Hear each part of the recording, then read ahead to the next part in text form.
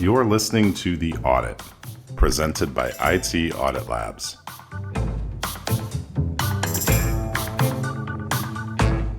Hey, welcome back to The Audit, a podcast by IT Audit Labs.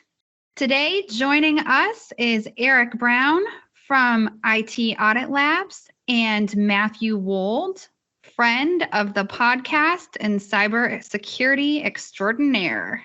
Hi, guys. Hey, Mandy. And Hey, see, Mandy. this, sorry, Matt. This is where I want to mention some of Matt's other nicknames, but I said I wasn't going to, so I won't. Well, today we're going to call him Travel Matt because in preparation for the upcoming spring break season, we're going to talk about cyber safe travel. So joining us, Matt, why don't you kick us off with some best practices from an expert?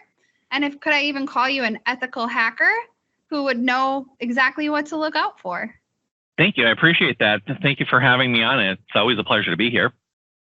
So, I was doing a little research as we kind of came into spring break and, as COVID was, I don't want to use the term,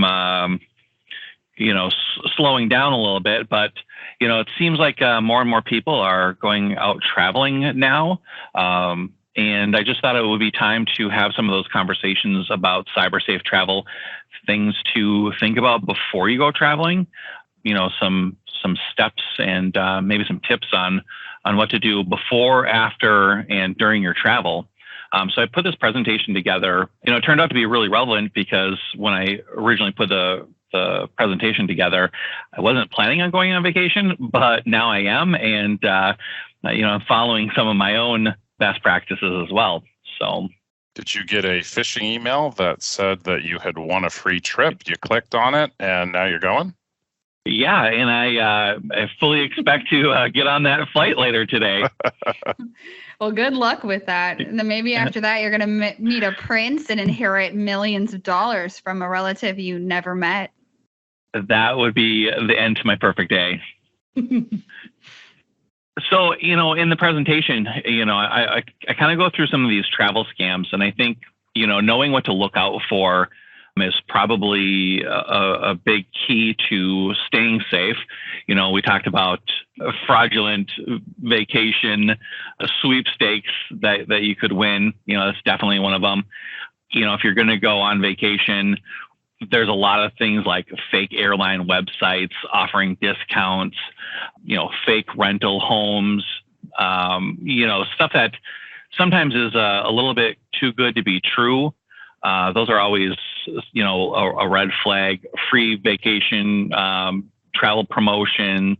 If you just get a flight confirmation, especially if you're not planning on going on vacation, but if you are and you're getting emails from someplace that doesn't look right, it probably isn't right.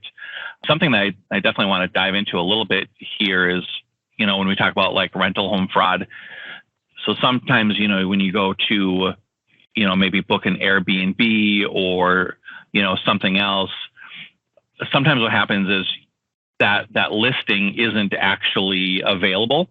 And so people have shown up, expecting to get into these rental places. And either it's not even a rental place, or there's already somebody who's, booked it for the exact same dates, and now you have a big problem on your hand.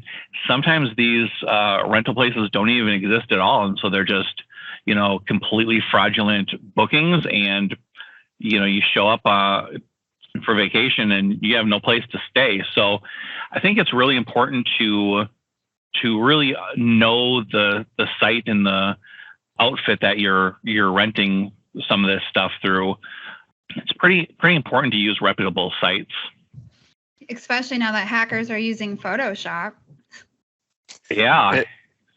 I was talking to someone the other day about some of the legitimate, and I put that in quotes, travel scams. But there was a Wall Street Journal investigation a couple of years ago into Orbitz, an online travel agency, and the claim was that they were showing higher price hotel rooms to Mac users compared with those who used a Windows PC to access their site.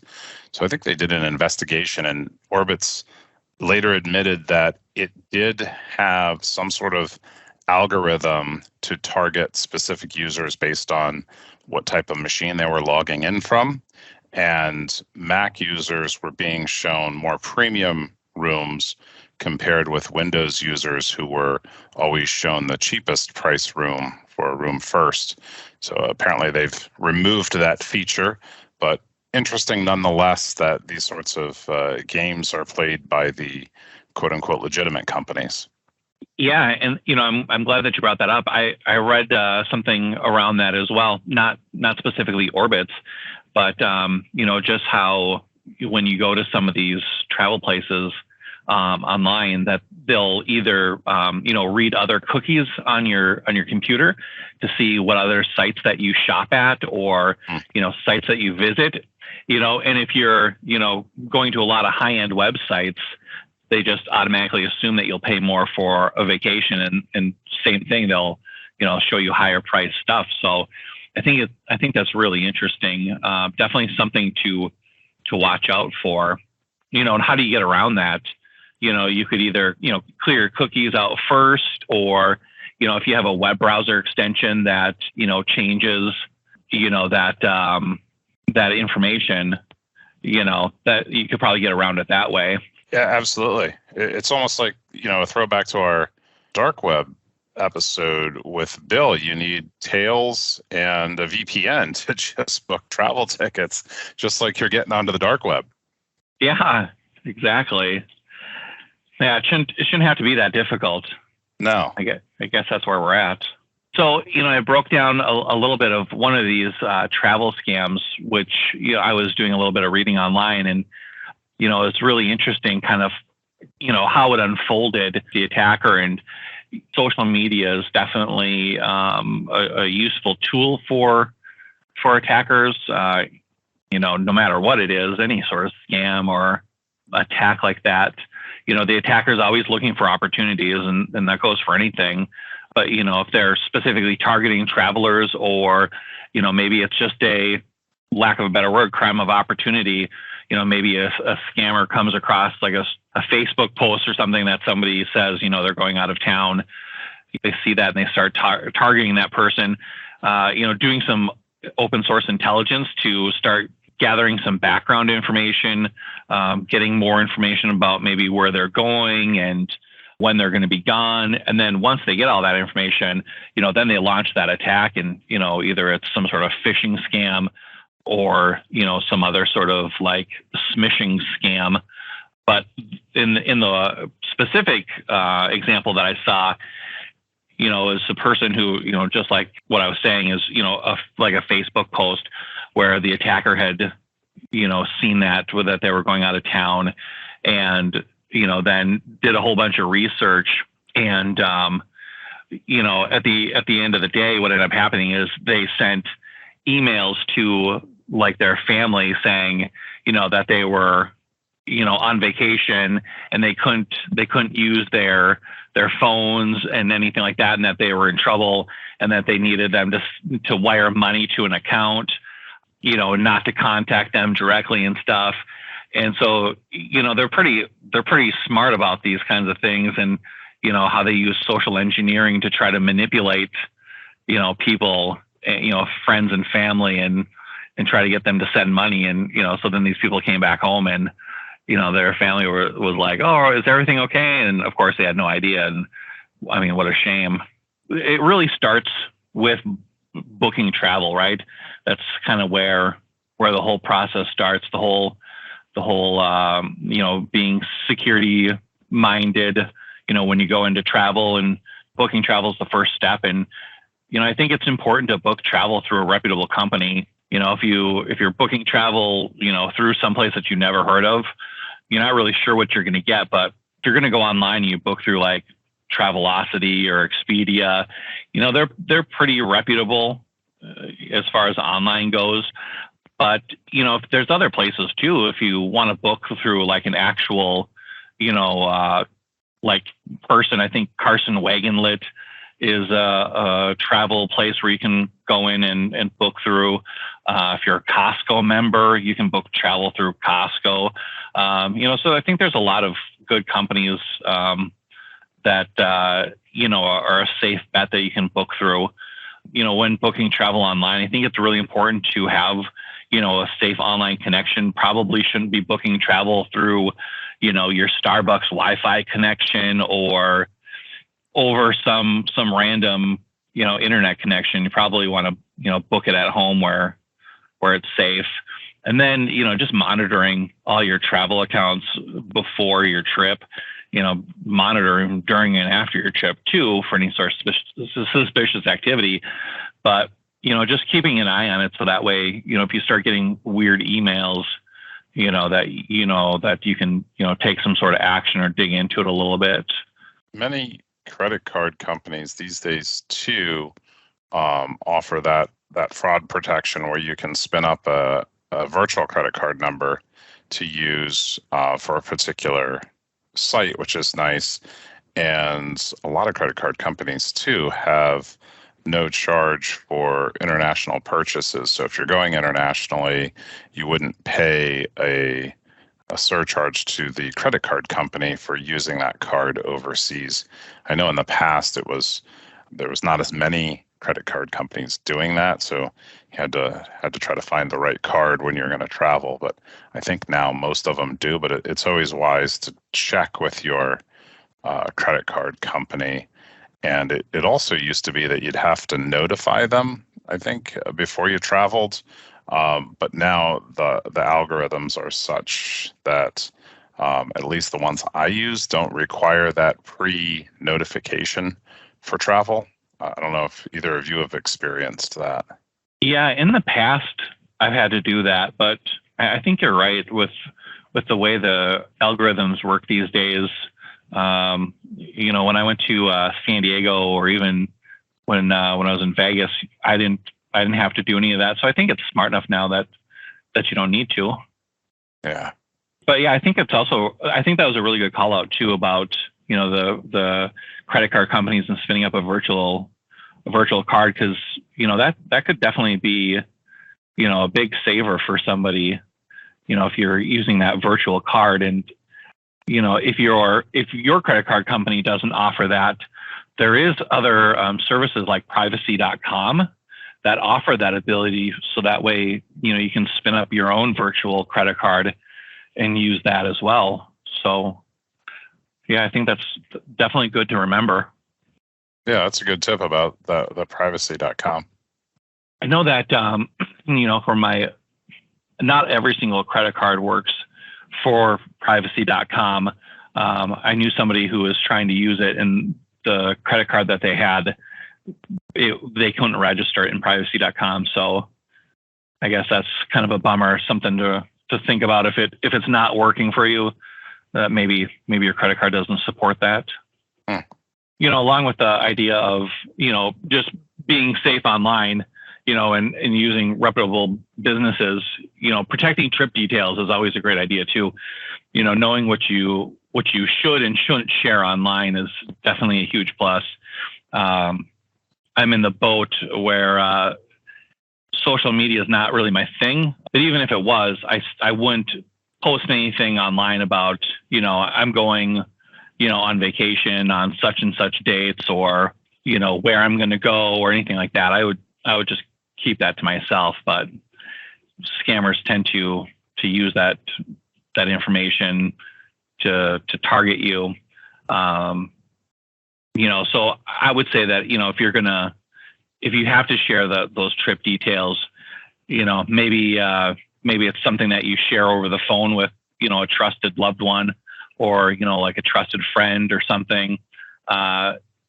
If you are going to share that information online, maybe try not to use specifics. I know people on their social media that have like a trip countdown and like even put in a map, and they are so communicative about their travels. I worry for them for this specific reason.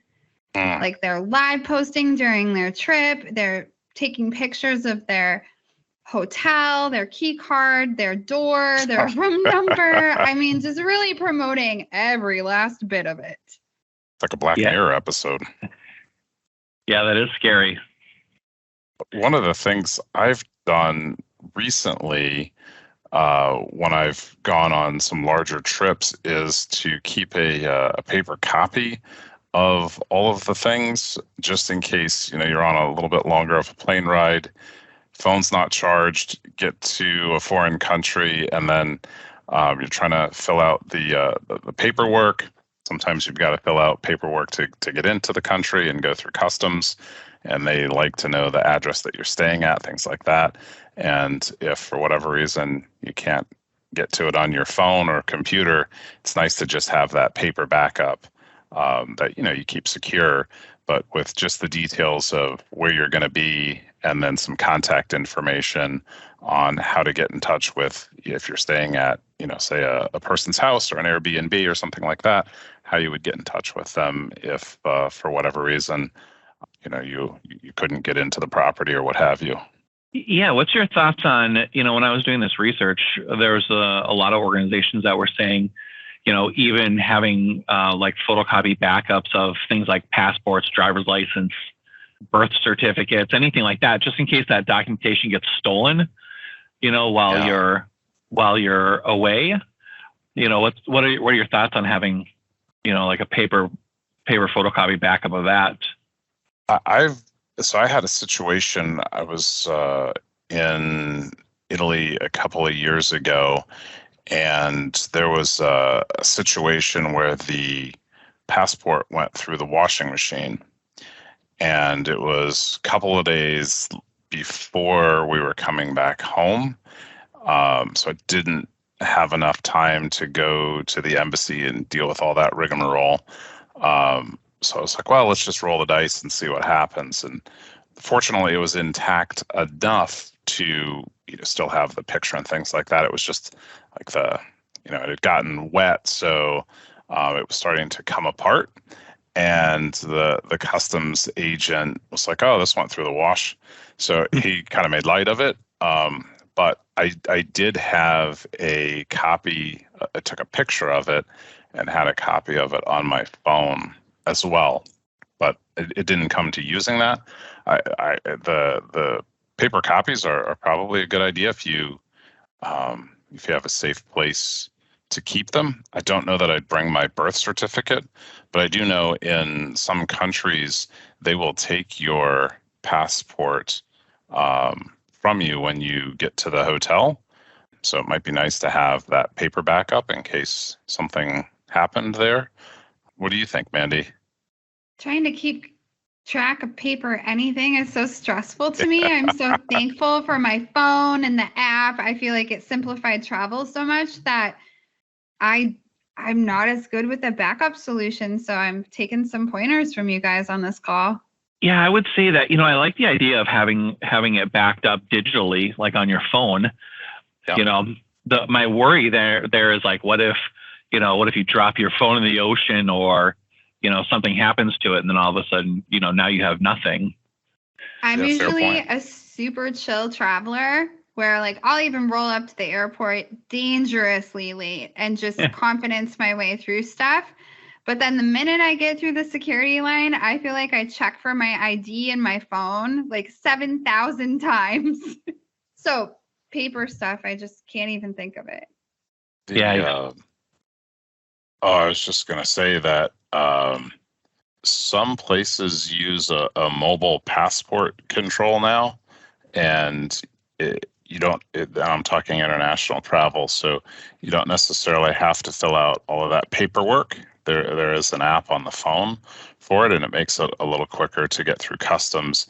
And then, of course, if you do all of the things that you can do, like Clear and some of those international travel programs where you pay a little bit of money, go through additional screening months ahead to get on an approved list, so to speak, and then you have facial recognition to get into the country, rather than Cool. Yeah. And I think the US is starting to do that more as well, at least the last time I came through. It's been a little while, but they had facial recognition. They scan that picture on your passport, and then some form of facial recognition when you're going through to talk to that agent. I can't wait till we're in the place where it's just like a retina scan. Like you get to the ATM, retina scan, here's your money. You get to the airport, retina scan, get on the plane. That would be nice. Yeah, it sounds like maybe a little work up front saves you a lot of the back end if you go through that clear process and stuff. Yeah, it is. And I think there's some people may not want to go through it because they take your fingerprints and go through the processing of that, and then probably share those fingerprints with other organizations, because I don't think it's a government organization that's doing it. It's some sort of private NGO that has a relationship with TSA and such. But for most of us, we've been fingerprinted in the system for a variety of work reasons, so it's not that big of a deal, but I can imagine some people might not want to go through it. Yeah, kind of like when you submit your DNA to like Ancestry.com and the fine print says that they could share that DNA information out with other organizations. Right. I think it's only those of us in the security realm are the ones who are like, we're not doing this. We read fine print. Yeah, I mean, to Eric's point, though, I mean, for anything that's work related that involves like CGIS and whatever, you've been fingerprinted already. So a fingerprint doesn't scare me, but you don't need my DNA. Yeah, that's fair. So I have some things that that I think maybe should be done before travel, and I think it's important that you think about any electronic equipment that you're going to take, with you, because anything that you take, you're going to need to manage it. And, if you take it, protect it, I think is kind of the key phrase there. But, so just making sure that any electronics, are kind of handled before you leave. So some important things, to do are backing up any sort of files off of that device, just making sure that if you like that phone, if you end up losing it, that all the data is backed up. So backing up files, updating any devices to the latest OS versions, and then not just the operating systems, but also applications. So any applications that need to be updated, make sure you update those, confirming that your antivirus software is updated with the latest virus definitions, installing any sort of software that you're going to need. So definitely, you want some VPN software so that way you can connect securely when you're out. Maybe even some device recovery software so that way, if you misplace your phone, you can locate it using strong passwords. I know we talk a lot about password safety and multi-factor authentication. So just enabling that stuff on accounts. You never know where you're going to be when you need to log into something, and having multi-factor authentication is always a great idea. We kind of talked about international travel, and when you talk about installing software, a really great application is the U.S. Department of State Smart Traveler application. There's a lot of stuff that if you're going to do international travel, that application provides to people. And then just removing any sensitive data, anything that you wouldn't want anybody else to see, probably should pull it out of your devices. Any unnecessary applications that you really don't need, those applications can be, a gateway into that device if it were to get compromised. So, maybe that application has some sort of flaw in it, so just getting rid of anything that you're not going to use.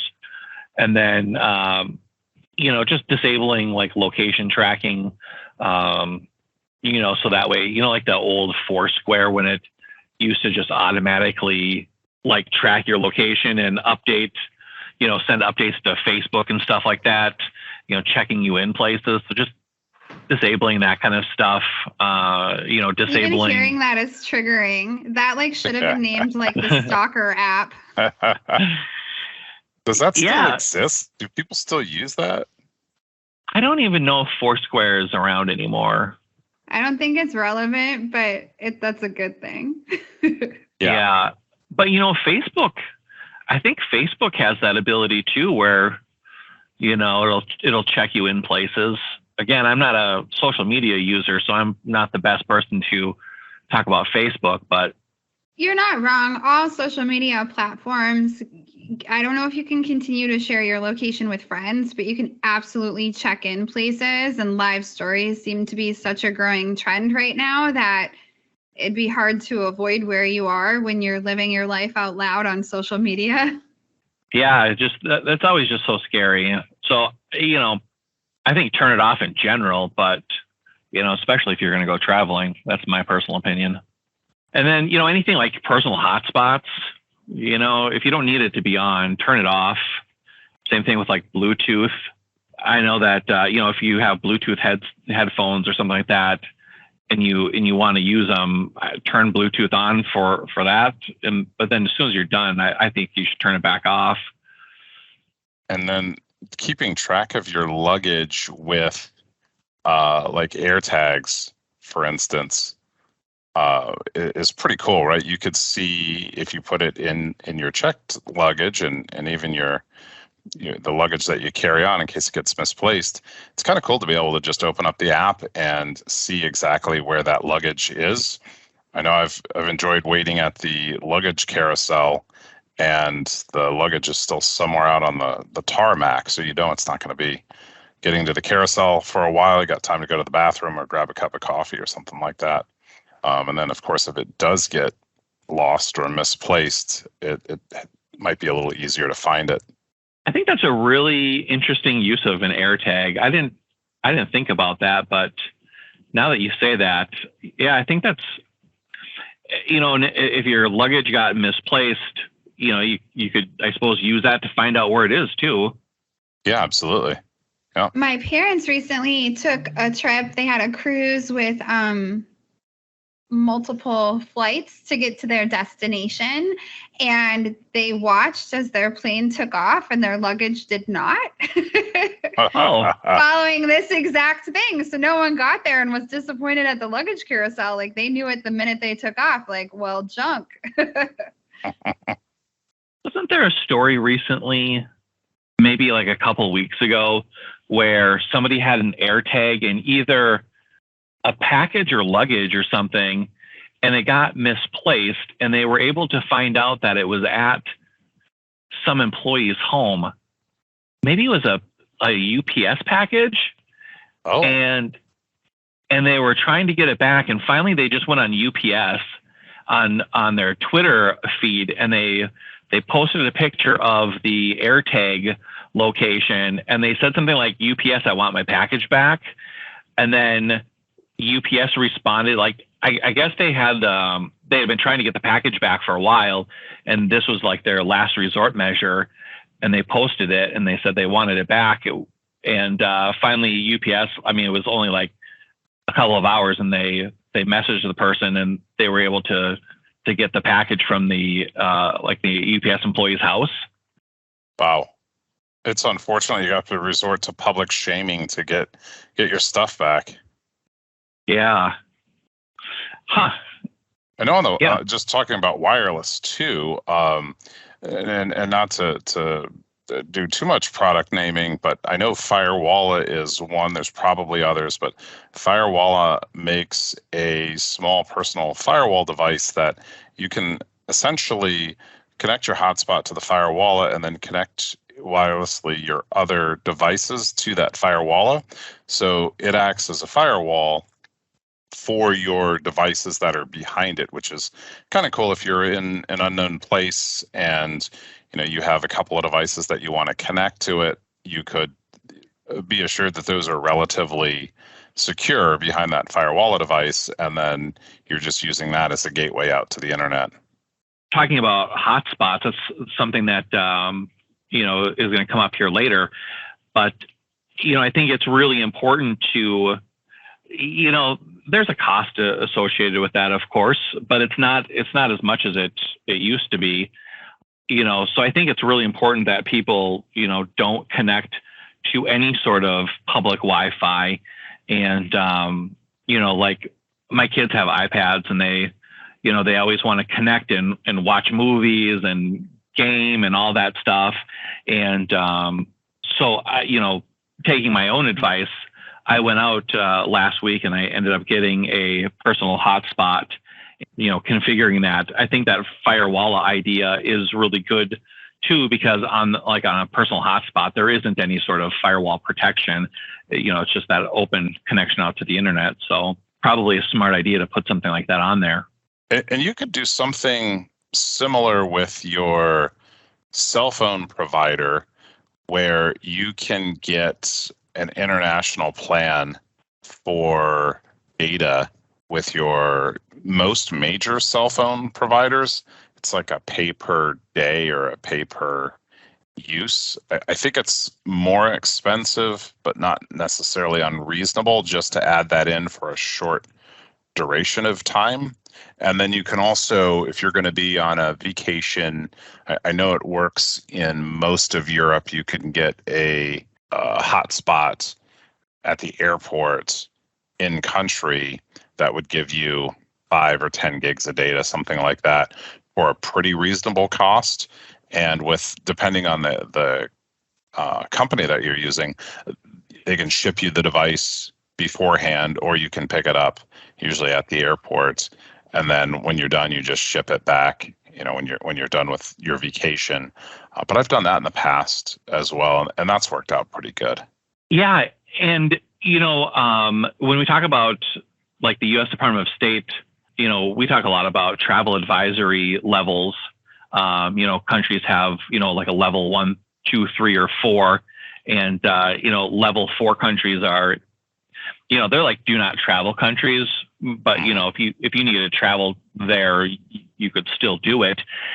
And I think that idea of having some other, like service in another country is a really great idea. Personally, maybe I would take that a step further, where if I had to go to like a level 3 or a level 4 country, maybe I get just a completely throwaway phone, maybe even, a separate SIM card, and take that with me. I've heard that when you go into some countries that you're required to turn over all of your electronics, and that sometimes they'll just openly connect them, and download the data. They have you unlock them so that way they can access the data. And I think that's really interesting and scary at the same time, that if you want to enter the country, that you have to turn over everything and unlock it. It's just, that's a bit much. Yeah. Feels invasive.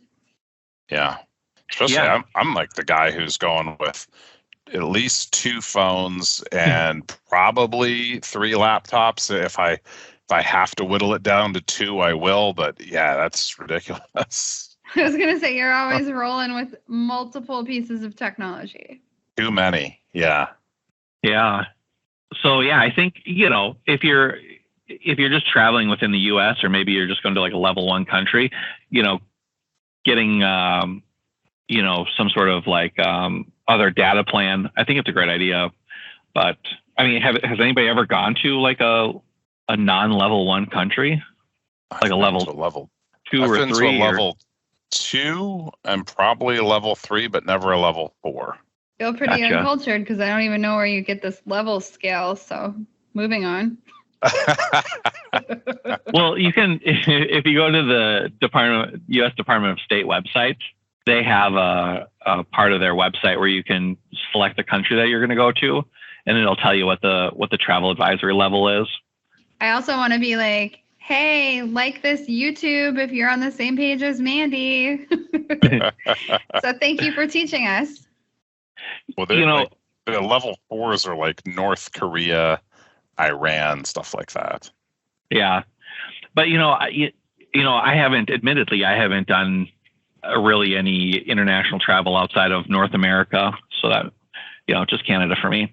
But as I was going through the different travel advisory levels and stuff, I was reading a lot more of the in-depth information that the Department of State posts there. And there's some really interesting information, because they talk a lot about, things that us as Americans wouldn't think would be a big deal is like a serious crime over in other countries, and you can, obviously go to jail in that country for doing some of that stuff.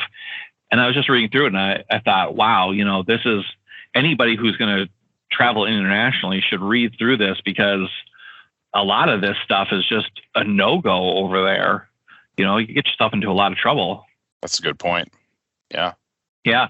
I mean, even things as far as like having a dating app on your phone is frowned against, or, having pictures that we may not think are a big deal over there, it's a crime. Like it's just, you can't do it. Yeah. So, well, and Mandy, you've probably been to a level 4 country before. Like, for example, Mexico has states in it that are considered level 4. Some of it, which is level 4, is do not travel. Like, for example, Sinaloa, due to crime and kidnapping, is a do not travel. But then you may have other states in Mexico that are a level 3, which is reconsider travel, or a level 2, exercise increased caution. And for example, a reconsider travel, which would be a level 3, like the state of Baja California, which is in Mexico, it's due to crime and kidnapping that they're saying, just use extreme caution when going there. Well, I have been to Mexico, so you got me. And next time I'll use the U.S. Department of State Smart Traveler site. Awesome. Nice. We talk about, making sure that all of your stuff is backed up. I think it's important just, backing it up to, some sort of cloud storage. If you have, an Apple device, you can upload that to the Apple cloud. Same thing with Google. If you don't have either of those, or you have a lot of data, you could back up something to like Backblaze. And if you don't have cloud storage, just backing it up to either like a flash drive or some sort of external hard drive, maybe leaving it at home in a safe. What do you think about those hotel safes? Have you ever tried to access one? I've used one a long time ago when I was naive and thought that I was the only person in the world that had the code, but not anymore. After reading that, anybody in the hotel staff, can get access to the backup code, which makes sense, right? Because if somebody puts something in there and forgets the code, they're going to have to get it out of there. So not secure at all. Yeah. Probably more secure if, it's a non-hotel person that breaks into your room. Then I suppose, it's just up to them trying to guess your 4-digit code. But, one of the things that kind of came up in some of this research was, if you do have to leave like a phone or something inside of a safe, they suggested taking out the SIM card if that's possible, or removing the battery if you can do both of those things, and then, just throw them in your pocket, because, phone batteries are usually pretty small, and that SIM card is, just that tiny little wafer, that at least then if somebody, a hotel person came and got in there wouldn't be any way to power on that phone. And even if they did, that SIM card would be gone as well. So I think that's pretty good advice, right? I mean, there's not much more you can do unless you're going to hide it someplace in the room, which I suppose you could do. There's that Darknet Diaries episode where I think they were poker players, and like online poker players, and the one person had put things in he had his laptop in his room, and he had, I think, other stuff in his safe. I listened to it a while ago, so I'm not fully recalling, but he did have an unauthorized access entry into his room, and someone had fiddled with his computer and I think got into his safe. But it might have been nation state level stuff, but that's not an excuse for it. Yeah, and I think they make there is a slide in the slide deck that shows it, but there is a device that you can buy to put into a safe like that, and basically you can put a padlock or something on it. So that way, even if somebody did know the code, and they tried to get into it, you could still lock it. And, you could probably just throw that in a carry-on and bring it with you, or, just throw it in a bag. So, yeah, there's some ways around that to keep it safe. But while you're out and, traveling, maybe you're stopping by a coffee shop, maybe you need to jump online real quick. Something that, probably everybody's heard of these days is VPN software. I think this is still a really great solution, just to have on your phone in case you need it. These days, VPN software is fairly inexpensive. If you're using a VPN software that's free, more than likely you're the product. That VPN company is probably collecting your information and then selling it to third-party organizations. So I would steer clear of anything that's free. But there's a lot of good solutions out there. There's Mozilla's VPN service that's a little bit newer. I've never used that one, but there's ExpressVPN, NordVPN, and Proton VPN. I've used those ones. They're pretty good. I'm not sure, Eric, what's your choice of VPN software these days? No, I like all of these. I like what Proton is doing, and I think all of these ones that you've mentioned here don't log either, which is important. I think it was Proton that recently went through a third-party audit that proved that they don't have logging capabilities, or if they do have logging capabilities, they're not turned on. Another one is private internet access. I've used that in the past. That one seems pretty good. I look for ones that have a global distribution of servers, and preferably ones in countries that I'm traveling to.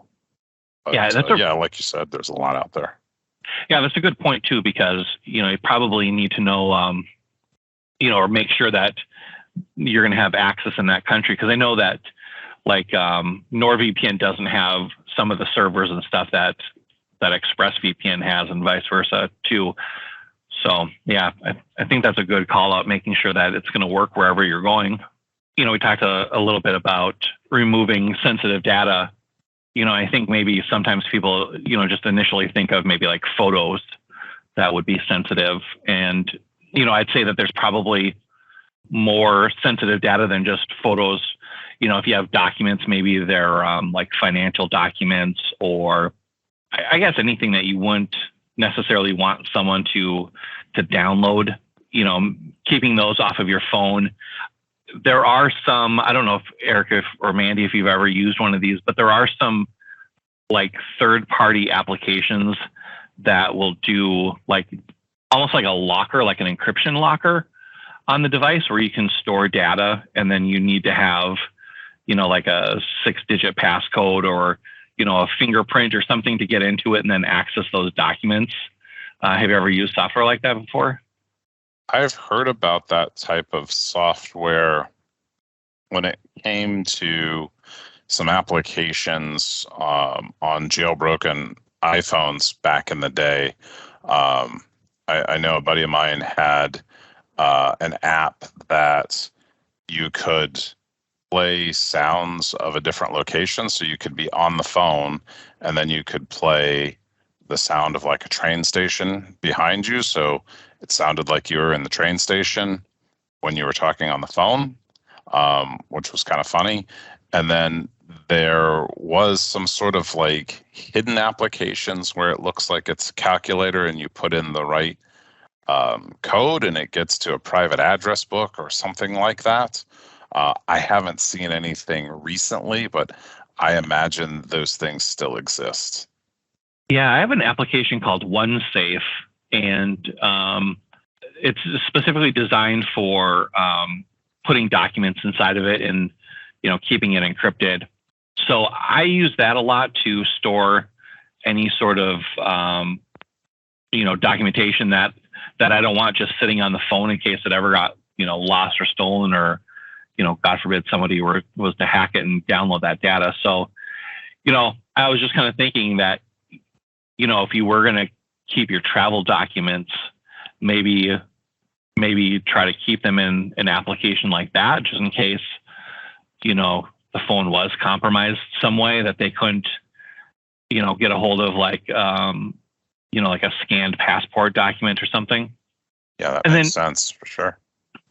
Yeah. Any sort of like text messages, I suppose, if you had a conversation that, you wouldn't want anybody to read, or you wouldn't want it leaked out there, maybe deleting those messages, any contacts, if you don't want to be necessarily associated with somebody, if it ever got out, maybe get rid of those, change the contact information maybe. And then any apps. So, when we were talking about going to other countries and, where dating apps, aren't seen very positive, maybe getting rid of those, before you leave. And then I think, there's some really good tips about, how to stay safe while you're traveling.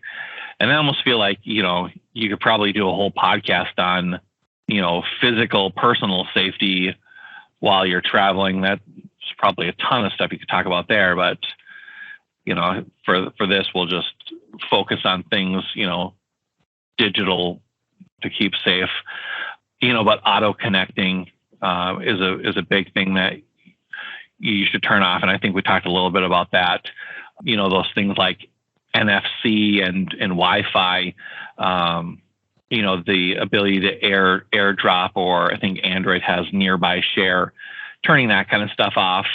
We talk a lot about, Wi-Fi auto connecting.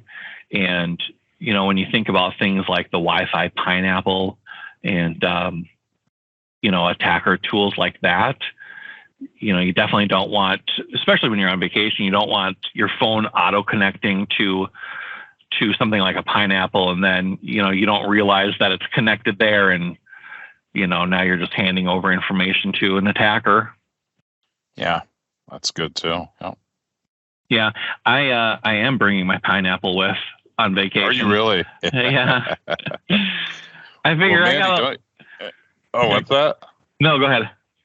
I was going to say, Mandy, don't you usually bring your Ponagachi?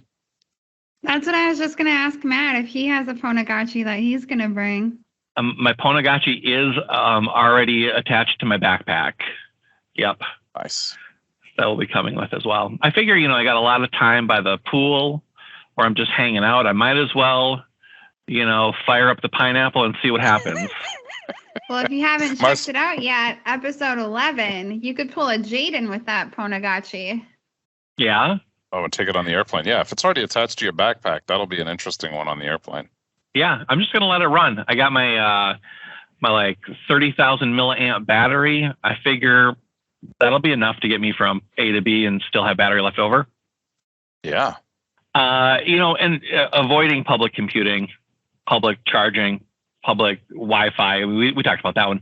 But, I think one of the things that I mentioned in this presentation that I think a lot of people don't think about or don't even know about is public charging, right? And, the really interesting thing is that if you plug your cell phone into one of those like hotel lamps, where that has the USB port, it seems really convenient, right?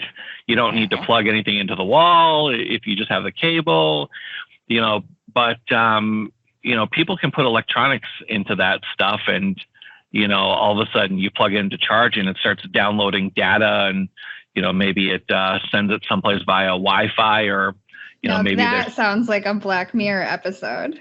Mm-hmm. And speaking of that, what do you guys think about when you're doing these trips using VRBO or Airbnb, that there isn't some sort of nanny cam weirdness going on while you're staying there? Do you check for that? What do you look for to make sure you're not being spied on? I feel more vulnerable to being spied on at like gym changing rooms or tanning salons or public restrooms.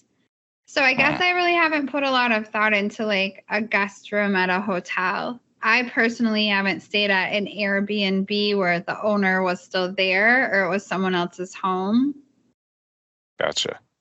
Yeah, so my wife went to Florida last year, and her and her friends rented an Airbnb, and that's one of the first things I told her is, look for anything suspicious, because they do that, right? You can hide one of those little pinhole cameras somewhere. I mean, they sell so much stuff that has, pinhole cameras. They have like the USB, like the Wold charger that has a camera in it. I mean, everything can hide a camera these days.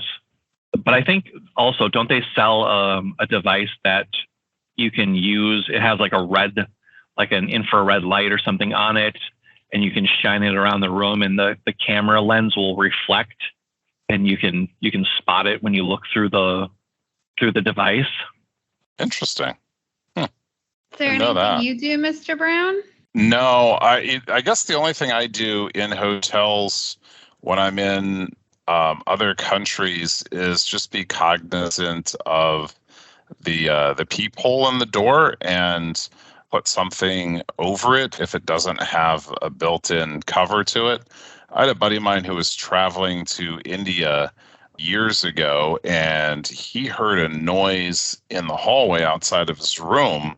Long story short, it turned out somebody was out there using one of those door scopes. It's kind of like a way to reverse look through a peephole on his room. And ever since then, I was like, well, it's probably just better, because usually the way hotel rooms are set up, like, you can look in that peephole and see the whole room.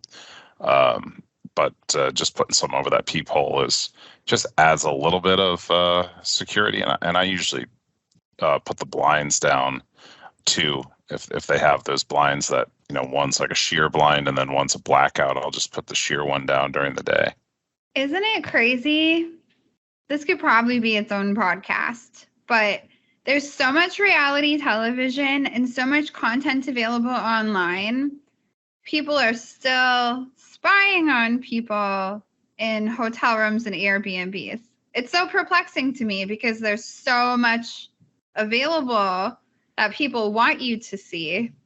Why are we seeking out other opportunities? It could be just the danger factor of it. I don't know.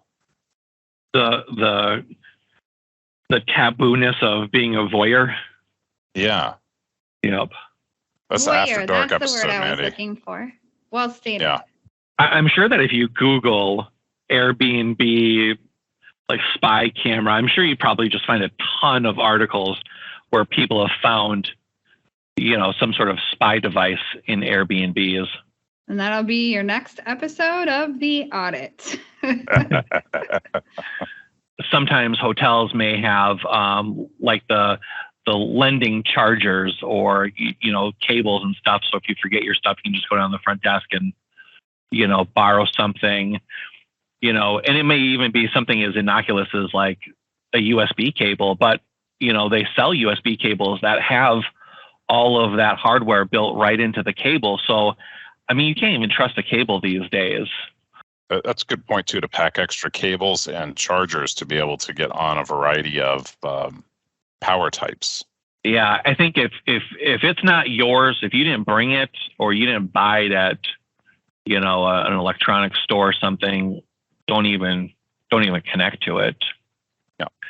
And then they have, you've probably seen this too. It's like the OMG cables, and they have one or like the USB killer USB stick, and the cable now that can kill USB, so you plug it in and all of a sudden, it just destroys whatever device you plugged in, just to be malicious. Oh, sends an electric current to it. Right. Yep. So yeah, so much stuff out there that you have to avoid. And I think, just kind of on this last topic here of guarding devices, we talked a lot about, locking up devices when you leave them behind and removing the SIM cards and stuff. But I think it's important too, just to power down devices when they're not in use. I read even where they were saying that if you're going to go through like security, if you're in another country and you're going through checkpoints or any sort of, security location, that you should power those devices off. So that way, it's much more difficult to try to power them on and copy data from them, or, to get into those devices. Sure. So maybe just some extra food for thought there. Does anybody connect their phones to rental cars when you're out, when you're on vacation? I believe I have before through Bluetooth. Did you, when you were done, did you go through and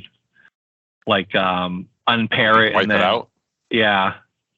I'd like to say I have 100% of the time, but I can't say that because I'm not sure. I don't share my contacts or anything through Bluetooth like you can in some cars, but that is a good reminder to do that.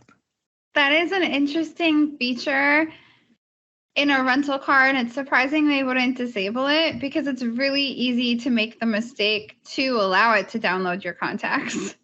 Yeah.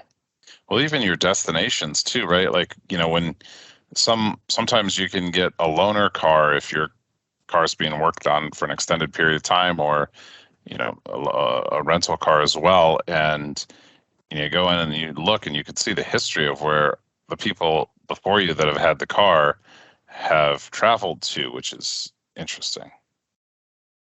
Especially if you're doing like a Turo. I don't know if you guys have ever done that, where you're using somebody else's car and paying them for it. It's kind of like Airbnb for cars. Yeah, I've never done that, but I heard about it. Yeah, I haven't either. So maybe now we talk about returning home. Sounds great. Okay. So I think following good cyber hygiene while you're out is a really great idea. When you come home, there's a bunch of things that you need to do as well. And I think a lot of this is kind of goes back to what you do before you leave, but maybe just more of like a cleanup stance, or cleanup idea, when you get back. So it's important to, again, update antivirus software, run any sort of scans just to make sure that if you connected to that Wi-Fi, or if you left that device alone in a hotel room for a while, that you run that AV scan, make sure that the machine is clean. I don't know, Eric, when you go on vacation, when you come back, do you ever just wipe the machine? Do you have a machine that's specifically designed, just for travel, and then that's all it's used for? Or how do you do that? Like what kind of steps do you take? I have not done that, but maybe my profile might be a little different because I use a cloud-hosted PC when I'm away. So that kind of maybe mitigates the need for that, because I'll just connect to that cloud device and do my work there and keep anything off of my local machine. Yeah, I hadn't thought about that, but that's an interesting idea. Do you use just something like a Paperspace instance or something along those lines? I've used Paperspace and do use Paperspace. I've got just a regular computer there, but also like a cracking computer there. And then for work, I've got a Windows 11 machine up in Microsoft's cloud, so they call it a cloud PC, which works pretty well. But then for other customers where they provide computing equipment for me to use while I'm working with them, I'll typically either take that with me if it aligns with their policy, or if I don't plan on doing any work with them, I'll leave that computer behind. Sure. Yeah, I think that's a really good point. And I think if you're just an everyday user, if you have the means to do some sort of cloud computer while you're gone, that's probably the best thing to do. I think that's a great idea. Then you can either just spin it down at the end of your vacation, or you could just reset it if it has that ability to do some sort of like point in time reset. Yeah. Yeah. Well, when I go to level 4 countries, I bring a burner phone and I keep all my electronic devices at home. Yeah. Nice. I mean, that's a good plan. Maybe have a burner laptop too. It would be awesome to be that cool. Yeah. I know when I took my last trip, I just set up my laptop and then I just took an image of it and then went on vacation, did my thing. And then when I came home, I just reloaded the image and just try to mitigate any sort of issues that way, just in case something had happened. That's really smart and good precautions. Yeah. Do you VPN back into your home lab at all? And I work do. from that? Yeah. Yep. I've done that too. And it's really nice because then, all of my network traffic is going through, that secured connection. I have access to, all of my, Proxmox VMs and, I can use one of those machines. I have home automation too. So, I can control some of that stuff as well. So yeah. Nice. So I think, once you return home, another big thing is shredding boarding passes. I guess I shouldn't be shocked, but, there's barcodes on all of that stuff. And, while I've never scanned one, I guess there's a wealth of information in that barcode. And so you wouldn't necessarily maybe want somebody like getting a hold of that and getting, your personally identifiable information from that boarding pass or those luggage tags or boarding passes for that matter. So just getting rid of those if you can. And then I think once you return home, it's a great opportunity to then share any sort of social media stuff, letting people know how your vacation was, where you went, sharing any photos, talking about all the fun you had. And then, just keeping an eye on, those devices. If you weren't able to reset a phone or a tablet or something, just making sure that, if weird things start happening, windows opening and closing on their own, or the battery draining super fast, that might be an indicator that the device is compromised. Keeping an eye on any sort of, financial accounts that you use. So if you, did use a credit card or even a debit card while you're out, just, I guess I would say monitor that a lot more closely, just to make sure that everything looks normal. And then just keeping an eye on your email too, just so that way if you get any sort of like hotel bills or any receipts or, like invoice stuff from when you were on vacation, saying that there's still an outstanding balance, that you contact anybody before just paying it. Cause that could definitely be a scam still. And there's examples of, I guess you could call them legitimate scams in the country as well. And I'll give an example of that. When I went to Iceland, renting a car, if you're going to go anywhere other than Reykjavik, is pretty necessary to do to get around the country. And rental cars are really expensive in Iceland for whatever reason, 2 to 3 times what they would be in the US. But you can find some deals where they're cheaper and they're off airport. But these companies are unscrupulous in how they either charge for insurance or they scam you on damage that's on the car when you return the car. So if you do go to a country like this, Costa Rica is another one where they can get a little funny with the car rentals. And if it's another one of those things where if you go off airport and rent at a cheaper place, you just want to make sure you take really good pictures. If it's rained out and the car's wet, ask for a towel, wipe it off, and take really detailed pictures of the car, the paint from all sides, hood, back, top, because they will try to say, oh, well, there's a scratch on the car. But another thing you could do is, again, use that virtual credit card, and then if they try any of that post-return fee gouging, you can just cancel that virtual card.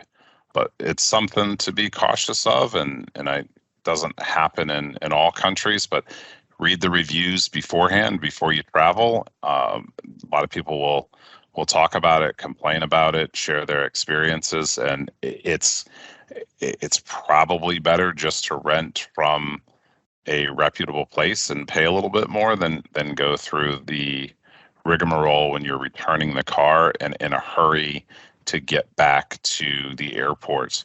They're very well versed at these scams, and they know that you're under time pressure, especially if it's an off-site rental facility.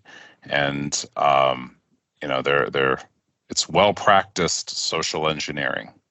Yeah. Do you ever take a picture of like the odometer, like the dash stuff as well? Okay.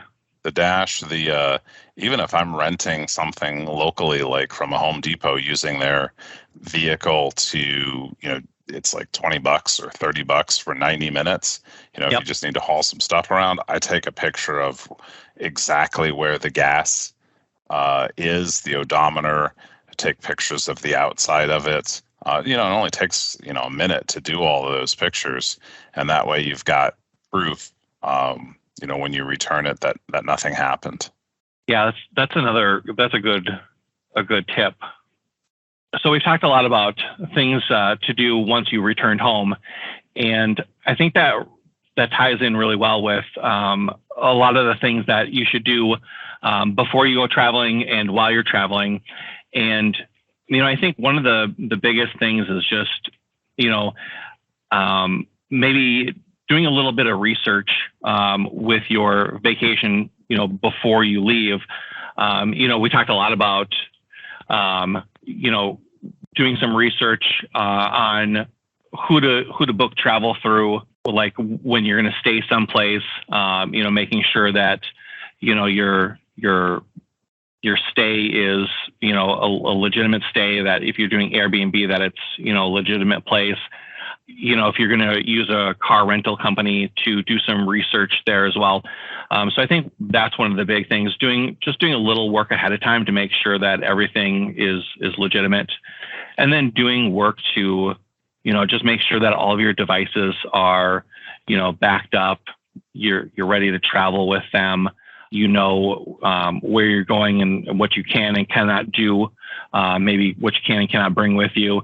And then just, while you're on vacation, just being cognizant of, what devices you're leaving behind, and maybe who has access to those, and, what you're sharing online. So just being really, careful there as well. And then, once you get home, just making sure that, you have all of your electronics with you. So, make sure you have that before you leave. Make sure that you have it when you get back. Just kind of doing a little cleanup work after that. And then, you can have the fun part of sharing all that information on social media if that's your thing. Thanks, Matt. We've talked about a lot today and really appreciate your time. Before we wrap up, what's your favorite place to travel to? I've been to San Diego so many times. It really is one of my favorite places. The weather just always seems to be so nice. So currently that's my go-to destination. Nice. Cool. Yeah. Lots of fun stuff to do in San Diego. Good breweries there too. How about you, Mandy? I always like to say my favorite place is probably one I've never been, but like we've been talking about with travel restrictions, I've definitely have a new fondness for being able to just jump on a flight and go to Vegas, whether it be for DEF CON or for the weekend. And so that is a place I often frequent. Oh, very cool. How about you? I would say my current favorite place is, I really did like Iceland, I have to say. really cool country, lots to see and do, a lot of outdoor activities, great food, and fun people. Really, just a great trip overall. I've always had it on my bucket list to check out peak northern light season in Iceland. Was that something you got to see? It wasn't. I was there a little bit before. They were really active. I guess they're active all the time. But before they were really active, I didn't quite make that season. And it was cloudy a lot of the time that I was there. But overall, a really great trip. That'll be an excuse to get to go out again. That's the more Absolutely. I sit with it. My favorite travel destination has to be Colorado. Lives there for a little while, and so it's really nice to get to go back out. Colorado's a great place. And I'm going to amend mine, Mandy, just to say anywhere where there's a direct flight is a place that I'd like to go. I do not like airport transfers. I agree. I used to travel in a previous role, and I was home a week, gone a week, and so I loathe the airports. Mm-hmm. Well, we had a lot of fun today, and Mandy too. Thank you for your time as well. Always fun to chat. And again, Matt, thanks again. I'm sure we'll have you on again soon. But yeah, that was Travel Safe with Matt Wold and the folks at IT Audit Labs. Thanks again. Thanks for having me. Hi. Okay. Matt Wold, would you mind if we put the presentation on our website so people could view it? It's okay to say no. Sure. Doesn't bother me. That would be the only other thing I could use. So I won't rebrand it or change it at all, but Casey's been working on the platform to tie together episodes and related content or things we recommend. So this would be really complimentary. Sure. I can email it over to you. Really good prezo. Thanks. Great. Did you guys have fun with it? I enjoyed this topic, and that's why I was like, "Ooh, I'll come to this one." It's Mr. Wold. Right. And now Matt gets to travel for real, so that's cool. Yep. Yeah, I called I usually call my mom on the weekends, well, my mom and dad, and we were talking about traveling and stuff, and they were good enough to join the library one. It was the only one that they'd been to. And so my mom was kind of grilling me on if I was taking some of my own advice. So how sweet. When you sent me the library link, my parents were going on a cruise in a couple days. So I sent it to them too. And I was like, watch this. It's for old people at Ramsey County Library. Like you guys are in that group. Yep. That's awesome. I think it's just a topic that, we don't think of very much. And so, I had a lot of fun doing the research on it. And I feel like there's probably so much more that could have gone into it. But yeah, I hope people can get something out of it. Definitely. You weren't wrong about Googling Airbnbs with hidden cameras. Like there was a lot of juicy content there, but by the time I got it pulled up, we had transitioned and I didn't want to belittle the point, but that's an entertaining thing to do if y'all are ever bored. Yeah. Oh, wow. Okay. Like people's horror stories? Yep, there's stories, and then there's also, you can tell annually around like the May, June timeframe, different entities are articulating how to look for cameras or how to be cautious of it. One of the stories I was reading, actually, they took the Airbnb owner to court because of the cameras that were placed strategically throughout the property that they felt compromised their... Nasty. Yeah. You guys got to get better cameras. That's what happens when you buy the cheap shit. Yeah, but I don't go to tanning salons often, but I bring them up because that was one of my first jobs. I worked in one, and a competitor to our franchise got busted in a huge sting about the same thing. Because at tanning salons, if you ever go to like get ready for a Mexico trip or something, a lot of people pre be in the sun because they want to get that tan. Yeah, pregame. Anyhow, but they're pretty much like, some of them don't even have drywall, they don't have ceilings. And so this guy was literally, there's just holes with cameras in them watching people prepare to get in the tanning bed and watching people while in the tanning bed. And that really boosted our business when all his salons got shut down. Well, Wold, protect yourself from weirdos. Yep. That's the Have name of a the safe game. flight. Thank you. I will. Bye, Cool. guys. See ya. Bye now. Have a good weekend. You too. Later. Bye.